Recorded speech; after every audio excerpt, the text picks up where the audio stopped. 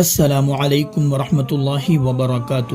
دوستو، انسان جب اس دنیا سے چلا جاتا ہے اور قبر کے حوالے ہو جاتا ہے تو وہ ایک سبحان اللہ کا محتاج ہو جاتا ہے، یعنی قبر میں جانے کے بعد وہ ایک نیکی کا محتاج ہو جاتا ہے۔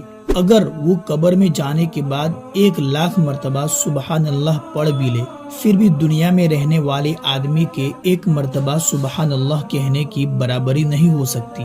دوستو، اسی لیے کہتے ہیں کہ یہ دنیا اعمال کرنے کی جگہ ہے، نیکیاں کمانے کی جگہ ہے، اچھے کام کرنے کی جگہ ہے۔ اس دنیا سے چلے جانے کے بعد یہ راستہ بند ہو جاتا ہے، لیکن دوستو کچھ کام ایسے بھی ہے کہ جس کا بدلہ اور ثواب اس دنیاوی زندگی کو الوداع کہہ کر قبر میں چلے جانے کے بعد بھی ملتا رہتا ہے۔ تو وہ کون سے وہ اعمال ہے اور کون سے وہ کام ہے، تو آئیے آج کی اس ویڈیو کے اندر ہم جانتے ہیں۔ دوستو، حضور پاک صلی اللہ تعالی علیہ وسلم نے ارشاد فرمایا کہ انسان کے مرنے کے بعد 7 اعمال یعنی 7 کاموں کا بدلہ ملتا رہتا ہے جبکہ انسان اپنی قبر میں ہوتا ہے۔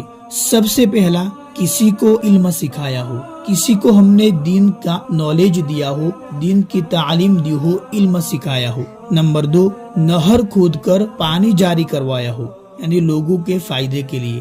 نمبر 3، اسی طرح پانی کا کنواں بنوایا ہو۔ نمبر 4، درخت لگوایا ہو۔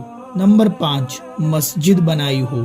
نمبر 6، قرآن مجید کو اپنے پیچھے چھوڑ گیا ہو۔ کیا مطلب؟ یعنی قرآن مجید کو کسی مسجد یا کسی ایسی جگہ پر جہاں لوگ پڑھتے ہو، ایسی جگہ پر وقف کر دیے ہو، یا پھر قرآن مجید کسی کو سکھایا ہو۔